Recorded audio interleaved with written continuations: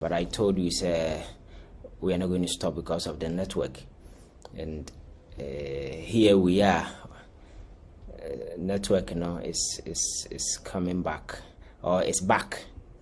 And there are a number of issues going on in Ghana, as you know already.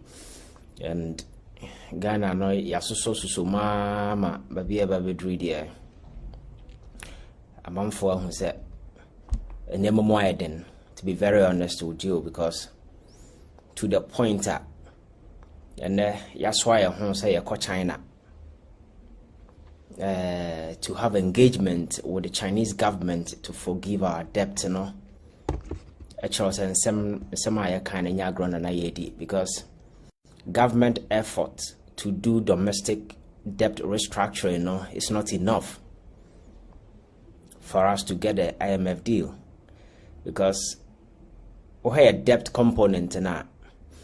External debt, as change, your internal debt. So we are internal debt restructuring or domestic debt restructuring. Now we don't make any effort that is aimed at addressing that mountainous debt now or externally now. That kind of financial, credibility or stability, or person will achieve. There is nowhere on Sabaka. And it's the main reason at the last time Akufo-Addo sent a message to the German minister to have engagement with China to forgive our debt. My culture said, "O mind be a car, the yehu kakra China," because Omono, in their attempt to catch up with US and other countries, they are going all out. So we had Chinese investment in Africa in the last 10 years, or quantify monetary terms, we show. And some of the natural resources are more take over. The last time I told you about the 10K mines. Africa are more looking for cobalt. And cobalt, are very, very significant when it comes to some person will be for military capabilities in this particular stage. So they have a big stake in DR Congo. And not that African countries are or more China what they're doing is that they have flexible terms and they will pump you with the cash. As long as you need it, they will give it to you. But or more terms of BBB or more can want to mean or consequences, unlike the Western countries now. Sometimes they will forgive and cancel your debt and other way. China is very aggressive when it comes to some of these things, and they will never forgive you. So they will cut. So the engagement, the finance minister's delegation is heading to China to have a discussion with our Chinese counterparts. They will forgive us. Sikaya Kamwasem running around $1.7 billion. That is their car.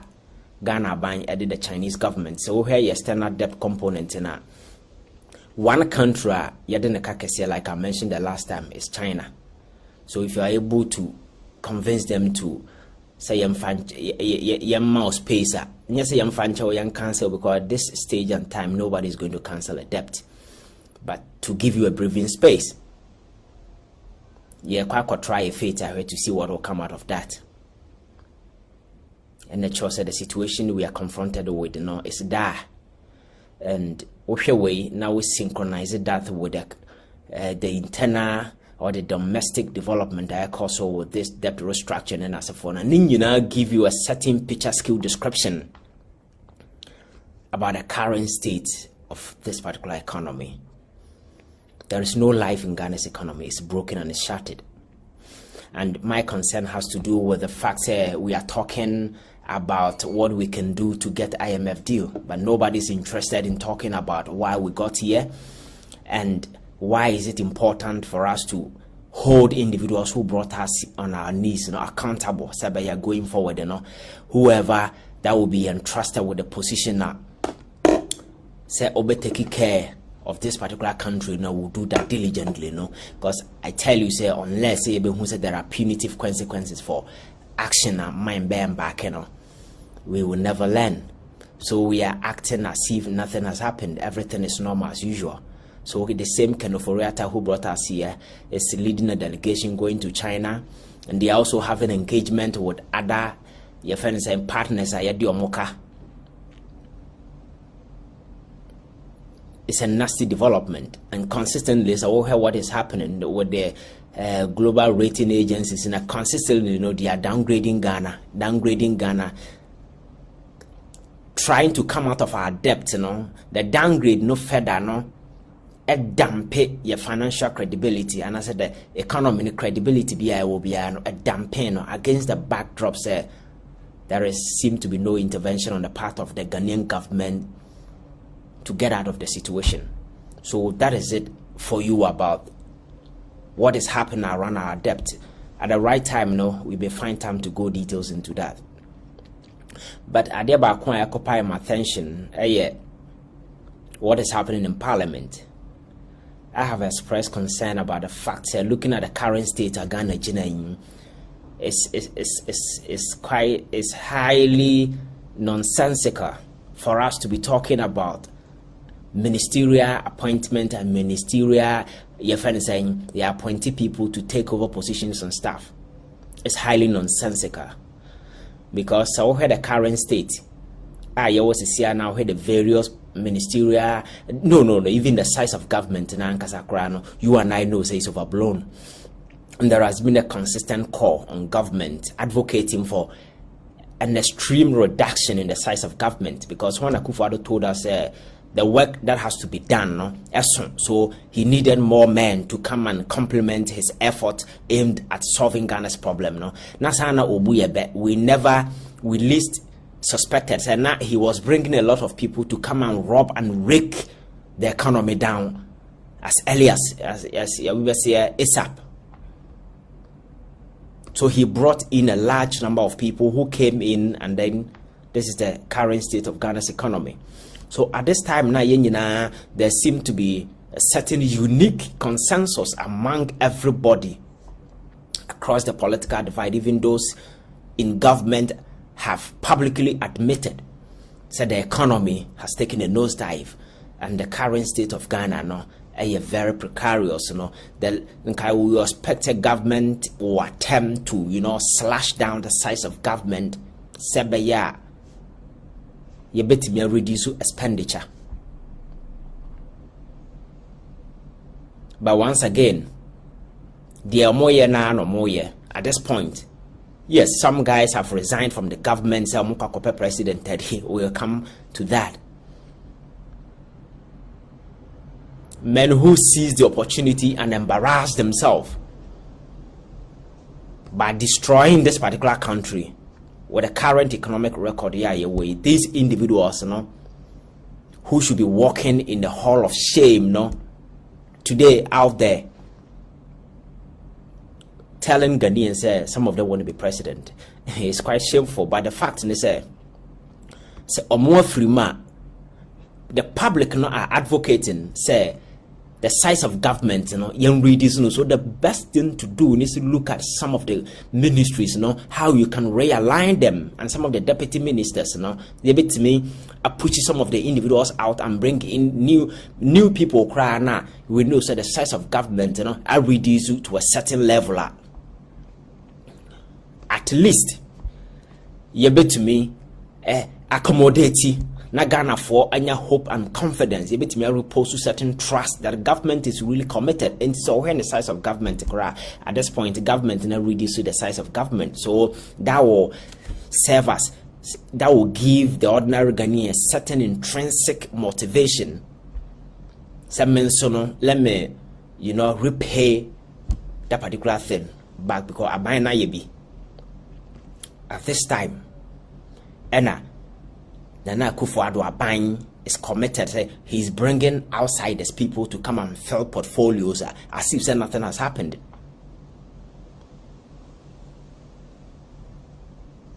And here's this nasty development, this ugly development here, cause now to any could see Parliament proceedings now, of course, now we are Ghana ni na sebi. we need a form, and we are very much concerned about the fate of Ghana under these current circumstances. I am not sure you'll be a happy man,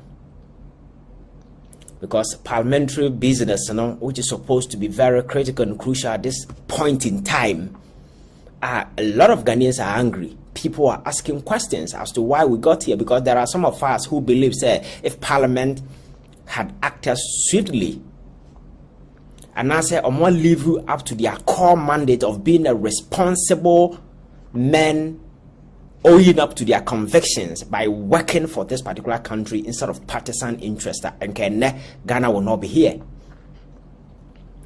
But fast forward, my culture say the chamber has become arsenic, very toxic with extreme partisan activism. But yamfa no nchena yambra the current situation ayo wo msese nka one will expect say nka ba bia ejina nkwa de Ghana for abufu woni pam, so anything at all. KT Amon appeared before the house, and if you look at his posture, his demeanor, and some of the things that he was saying, I may not be able to find the right words to describe what happened, but I think you will. The bottom line is a lot of Ghanaians were not happy, because most were already against the appointment, considering the crucial. Yeah, the president is entitled, he's at liberty, he has the power to appoint whoever. But the fact is, the current circumstances here, does not. Whichever argument that you want to do, common sense is enough incentive to provoke anybody to the realization, especially at the point the government is begging even pensioners to sacrifice. Said the Lucky Dube, what have you done for me recently, Mr. Taxman? Asking Ghanaians to share the burden, have you? When you are not willing to cut down the size of your government. And then KTM and Co appear before Parliament, and the language, the jokes, the comedy around was really heartbreaking. But you see, me say Parliament is a critical institution. Senka a live up to no expectation. And Kagana njina babi ejina. And I posted something on Facebook. Now me say, Parliament is the weakest link in Ghana's democracy.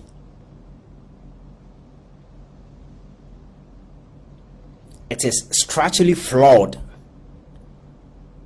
and conventionally skewed towards hyper-partisan activism. Nase, yenya total separation of powers, and maybe the toxicity that is in the house, will be reduced to a certain degree. Abemasebi Ghana for anya breathing space, because do you know what? Me say Parliament is structurally flawed because our constitution, empower a president to appoint around 60 to 70% of ministers from the House. And at the end of the day, the Parliament, part the majority there, affiliate. They are intrinsically connected with the government. You can't disconnect them. So whatever the executive does, they feel being part of it. Yes, in the other way around, you might want they want government business to succeed. So, but in our part of the world, people don't live up to their convictions.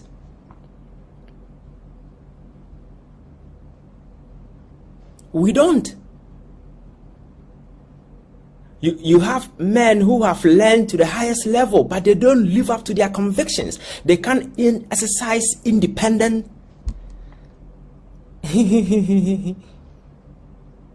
That is the reality. So if you leave that particular thing to the ordinary Ghanaian, hoping say they will exercise positive discretion, trust me, they will not. That is why Parliament, just as most of you describe it, say the House, is turned into a chamber of jokes. Because in there, instead of us to see some constructive engagement among individuals who have learned to a certain level, who understand themselves, knowing, say, yes, we are doing a bidding for Ghana. Yes, party bidding, they don't call on and answer for them, but some of the issues, it go beyond partisan business. So that is when you stand up to your convictions and ensure that the right thing is done. But it is structurally compromised because of its extreme linkage with the executive. That is why I've always been calling for an extreme, total separation of powers. Yes, it's the same party, the same government that will have a representation in Parliament, but I think that to a certain extent, and that is why I use the word may, it may reduce it to a certain extent, because if you are sitting in Parliament, you are not looking at the president for appointment. You are not looking at the president on your Minister of State. So to a certain extent, I'll go after the government if you think there's something, because the reality will be lying bare right in front of you. Your core duty, your core responsibility to ensure that you scrutinized government or the whatever that is brought before you by the executive. That is why you exercise that positive discretion. You begin to reason as a normal human being. You reason around it and come. So decisions are be taken, resonating with common sense because you've given it enough thought. But where we are, where every person in Parliament is looking up to the president to be appointed as a minister, everybody has become like into a butuleka, like a sycophant, singing praises, trying to do whatever that it takes to please one person who is the president. So to hell with their core mandate as a performer in Parliament. It's about singing praises. It's the reason why Parliament is not living up to its expectation as a bed in Ghana for a free and conveyor. So being structurally flawed, a whole free bar. Especially in our part of the world where people cannot think independently and exercise positive discretion. On one case, I will look at the issues and say, no, this is right, this is wrong. It doesn't matter where the issue is coming from. I told you about what happened recently in the United States when your friend saying the America came out with a bipartisan infrastructure deal. That particular deal, it cuts it across the political spectrum. Obia input on bipartisan. So whatever development be the both sides will be able to imagine, because reasonable men have come to an agreement that America, your friend is infrastructure, live out of time. So there is the need for us to do something to rehabilitate the infrastructure, because it's about America. The president was able to strike a deal.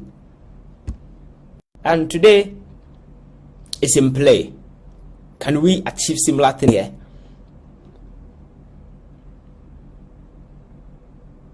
We can't.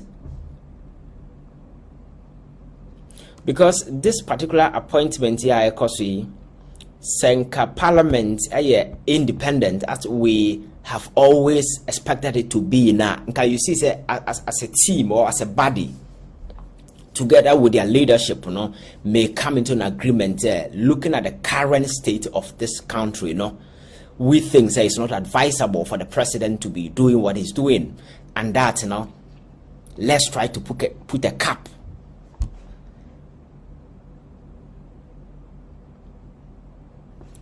At that point, Ubehu certain hope in Ghanaians.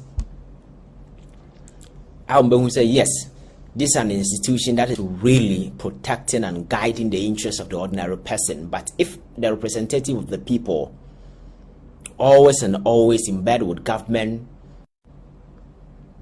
taking sides and position against that of the majority of the people, then the question is, what role are they really performing?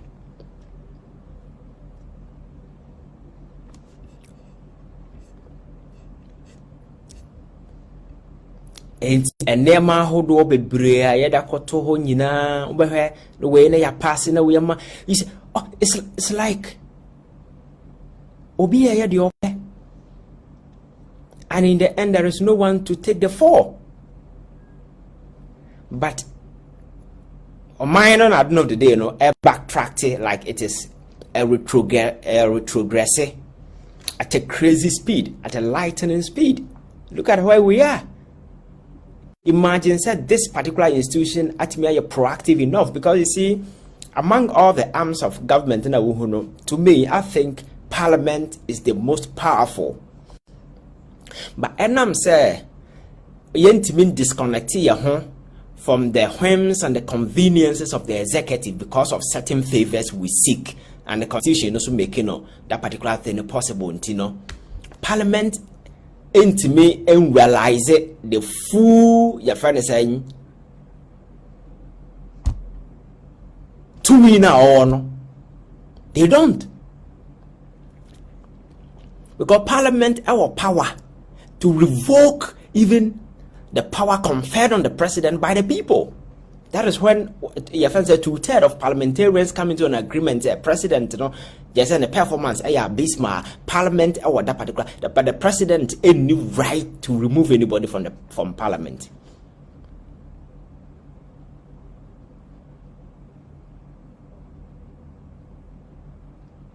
Say appointee obisa or your chief justice.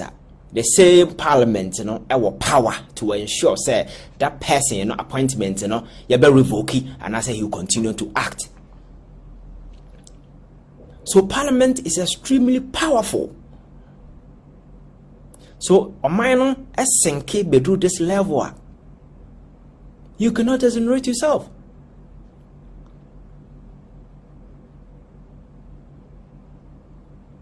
Because in there, individuals have decided, say, they will engage in hyper-partisan activism.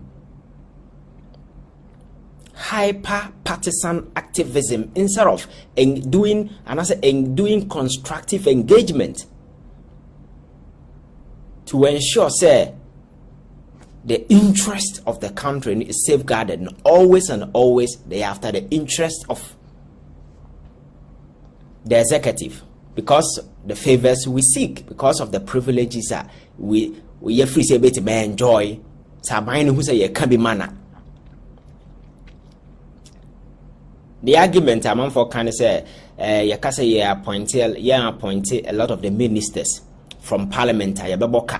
You see, leadership is an act. It's not rigid. All you have to do is just be sensible and be reasonable. Do you need to appoint 70 to 200 ministers? If you think, say, disconnecting them from Parliament will be expensive. You see, one Casano, you reduce the appointment. And going forward, I'm looking up to a point, a certain government will come and ensure, say, we put a cap on the number of ministerial appointments in this country. And go beyond even 20. So whoever that is appointed automatically becomes a cabinet minister. So if it's about 20, you don't need minister from Parliament. So that we separate responsibility, we separate roles, so that if each of them will perform to their maximum best. There are ministers who are parliamentarians and they don't even go. They go to Parliament like once in a while, because they are performing other roles elsewhere. So how do you expect Parliament to be very active? It cannot. The other side, and the partisan interests are dominating, because this particular appointment here, of course, and you will not even expect the minority say improve, and there should be a blank consensus among all of them, sending a statement to the president and say, but Yet to so discuss some of these things. Is Makacha says the president have a right to do that. But at the same time, common sense is enough incentive to provoke anybody, including the president and even a parliament, that at this point. So sectors na yejano want to be a crucial and be a critical. All we have to do is say, young realize binum fishing, agriculture, and some of these ministerial positions. Wow, winning. Say, faso be any so. I bet me a magic a binum just to ensure say we reduce the numbers. But at this point, we still have a particular ministerial way with about 3-4 deputies at this crucial time. And all this nonsense have been passing through Parliament, and they've been giving it a waiver. So it's like a rubber stamp. So how do you expect people to respect? And then if you go on social media, yes, there are a lot of respectable individuals in Parliament. Individuals are like Animonyamu, but then if you put the whole Parliament together, trust me, in the public space, go out there and sample public opinion. Sometimes you think it is only the executive that has lost credibility and respect of Ghanaians, or it is only the judiciary. No, Parliament has lost it because it has become like a rubber stamp institution.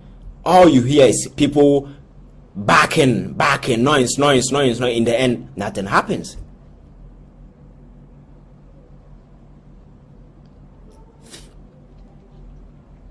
Yes, the minority has been taking a lot of stance against the government effort in doing a lot of the things. But in the end, the same Parliament, nothing.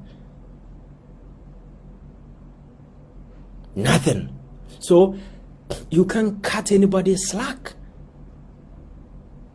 Until say you bet me achieve that consensus among them across the political divide and ensure say they are working as a full functional house.